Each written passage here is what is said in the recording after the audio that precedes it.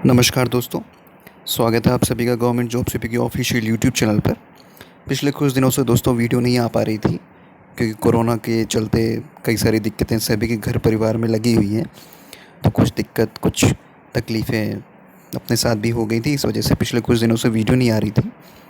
Video आएगी दोस्तों अब, क्योंकि अभी फ़िलहाल जिस तरह का माहौल चल रहा है इसमें भर्तियों की बात करना, एग्ज़ाम की बात करना थोड़ा सा ठीक नहीं लगता है, क्योंकि सब कहीं न कहीं सब लोग परेशान हैं। लेकिन सबको हिम्मत रखनी चाहिए और सबको एक पॉजिटिव अप्रोच रखना चाहिए कि सब कुछ ठीक हो जाएगा एक ना एक दिन। समय हमेशा नहीं रहता एक जैसा, समय बदल जाएगा।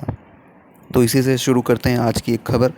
यूपी लोक सेवा आयोग जो अपने ही रौले में रहता है, तो उनके अध्यक्ष महोदय ने तो अभी पदभार ग्रहण नहीं किया है जितनी अभी तक की सूचना है, और कर्मचारी भी कुछ एक आध पॉजिटिव भी हैं, और 50% का रोटेशन भी वहाँ पे चल रहा है, तो आधे ही लोग काम कर रहे हैं। तो इसी बीच आयोग ने पीसीएस परीक्षा की, पीसीएस 2021 जो परीक्षा है उसके आयोजन का, जो कि जून में होनी है प्रारंभिक परीक्षा, उसके आयोजन की तैयारी शुरू कर दी है। सभी जो है मेन जहाँ जहाँ परीक्षा केंद्र बनाए जाने होते हैं उनके सभी डीएम को पत्र भेजकर सेंटरों की लिस्ट मांगी है। तो अब ये तो देखने वाली बात होगी कि ये परीक्षा हो पाती है अपने समय से या नहीं हो पाती। जिस हिसाब से कोरोना का सब कुछ चल रहा है उसमें तो देखने वाली बात रहेगी।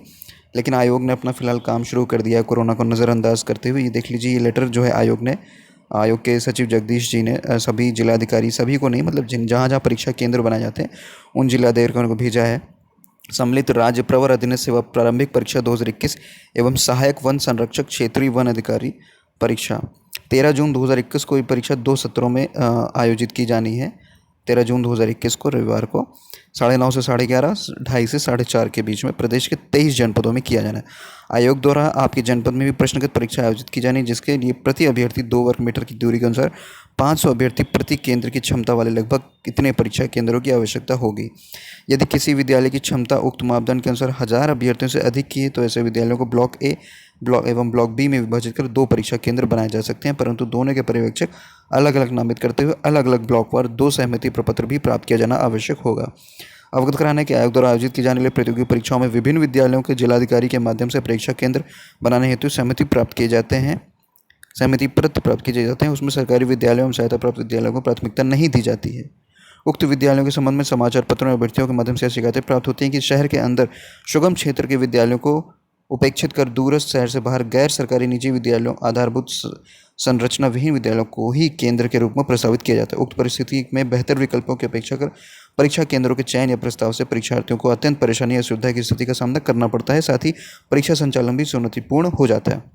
अतः अनुरोध है कि संलग्न सहमति प्रपत्र पर संबंधित विद्यालय की सहमति प्राप्त कराने हेतु जिला विद्यालय निरीक्षक को अपने स्तर से निर्देशित करने का कष्ट करें कि विवांछित संख्या में परीक्षा केंद्रों से सहमति प्राप्त कर जिलाधिकारी के माध्यम से सहमति पत्र को आयोग की ईमेल आईडी पर प्रेषित करने के साथ ही उसकी मूल प्रति स्पीड पोस्ट के माध्यम से आयोग को दिनांक 25 अप्रैल तक अवश्य प्रेषित करना सुनिश्चित करें, जिससे कि विषयगत परीक्षा का आयोजन आयोग द्वारा समयांतर्गत संपादित किया जा सके। इन्होंने जिला विद्यालय निरीक्षक को भी कॉपी में सबको भेजा है और डीएम को भी ये भेजा है। इन्होंने अच्छी बात लिखी है कि ऐसे परीक्षा केंद्र बनाए जाते जो शहर से दूर होते हैं, मतलब दूरस्थ होते हैं या गली कूचे में हैं, वहाँ पे पहुँचने का कन्वीनियंस नहीं है। तो ये सारी चीज़ों का ध्यान रखते हुए इन्होंने इस बात को अपने पत्र में भी सचिव जी ने इस बात का जिक्र किया है। ये 22 अप्रैल का पत्र है, जारी हो गया था। इन्होंने 25 अप्रैल तक सूचना मांगी थी। हो सकता है कि सूचना आ भी गई हो, लेकिन हो सकता है नहीं भी आई हो, क्योंकि सभी जितने भी ज़िले हैं, जितने भी जिलाधिकारी हैं, वो सभी कोविड की ड्यूटी में और उनके दायित्वों के निर्वहन में लगे हुए हैं, और जो बचे कुछ लोग हैं वो पंचायत चुनाव में और उन सब में चीज़ों में लगे हुए हैं। तो सूचना सभी ज़िलों से आ गई हो, 23 जनपदों से, ये तो नहीं कहा जा सकता। बाकी तो अब आयोग जैसा होगा वो आपको सूचित ही करेगा। लेकिन इस महामारी के बीच में पेपर कराना जून में अभी फ़िलहाल पॉसिबल तो फ़िलहाल नहीं लग रहा है, क्योंकि अगर मई में स्थितियाँ सामान्य हो गई तब ये परीक्षा 13 जून को जो भी प्रस्तावित है वो हो पाएगी, नहीं तो नहीं पे। लेकिन आयोग ने अपने स्तर से परीक्षा केंद्रों का निर्धारण और इन सब की तैयारियां शुरू कर दी। देखने वाली बात रहेगी कि हो पाती है परीक्षा कि नहीं हो पाती है।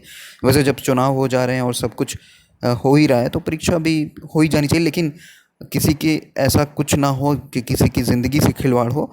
इसलिए आयोग को इस बारे में सोच के और उसी हिसाब से ही परीक्षा होगी जिस हिसाब से कोरोना की कंडीशन रहती है उस दौरान।